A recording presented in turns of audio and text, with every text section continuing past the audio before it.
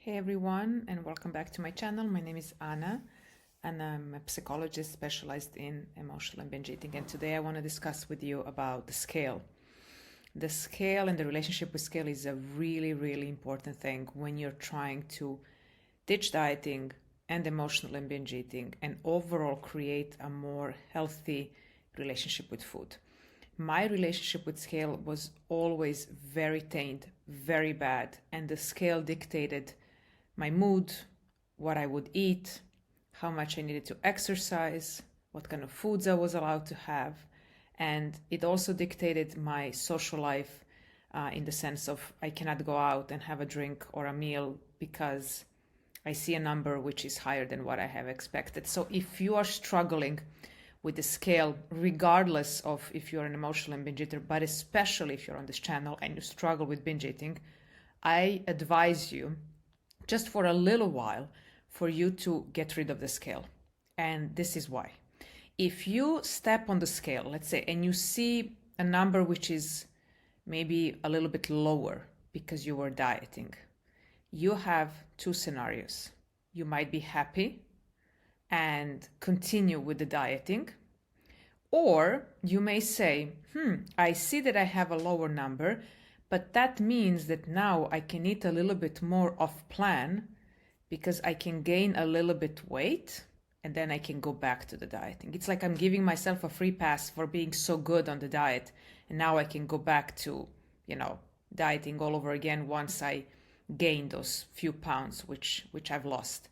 In both of these scenarios, when you see a number which is lower on the scale, you're perpetuating the idea that dieting is the right method, meaning that you will be able to maintain your weight only through dieting, which we know is not sustainable. You cannot live off of a diet. You cannot diet forever. You cannot not eat your favorite foods forever. So what will happen in both of the scenarios?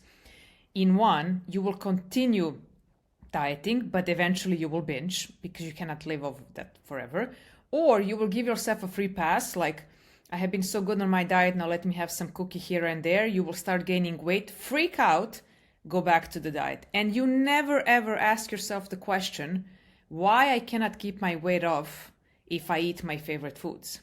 The reason why is because you're not allowing yourself a whole range of foods. And when you get the permission to eat them, you just cannot stop. Because if you go back to dieting for a long time, you will not allow yourself a lot of your favorite foods and you will just be, quote unquote, on your meal plan, rigid and strict for weeks on end. The scale, on the other hand, can give you a number that you're not happy with at all. And that's the second scenario, when you see a number on the scale which is higher than what you thought. Now, here you also have two sub-scenarios. On one hand, you can say, okay, now I need to diet. So you're not questioning yourself why I weigh more. And you might say, well, it's because I eat more, but why do you eat more? It always comes from the same principle.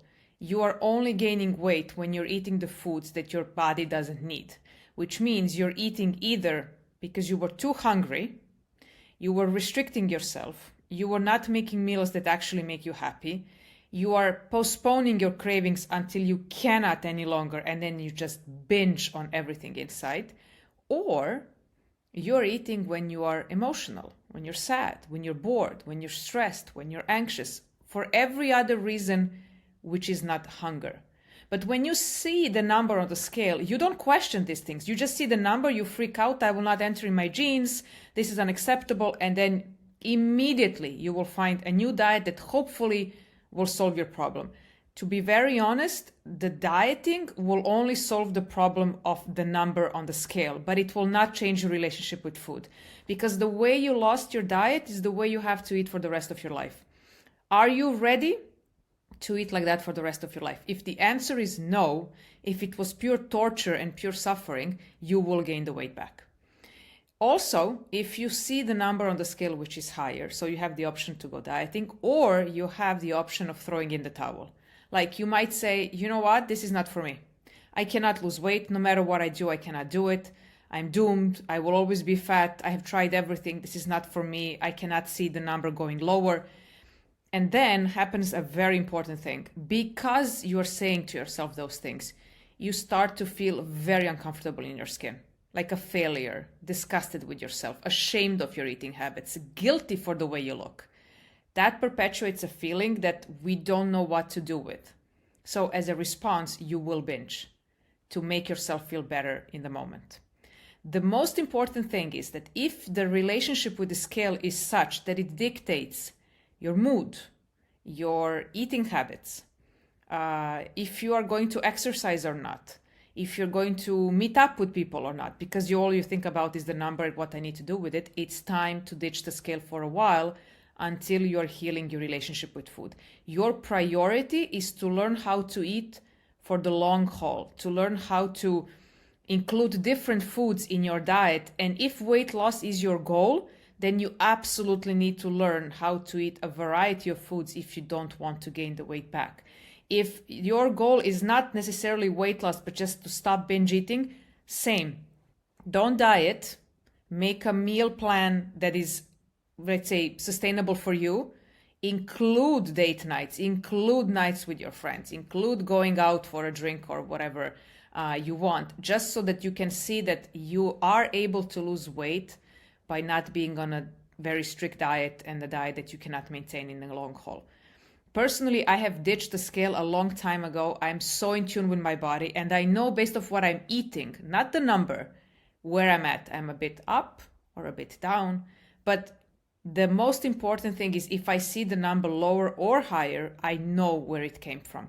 I know that it's not me.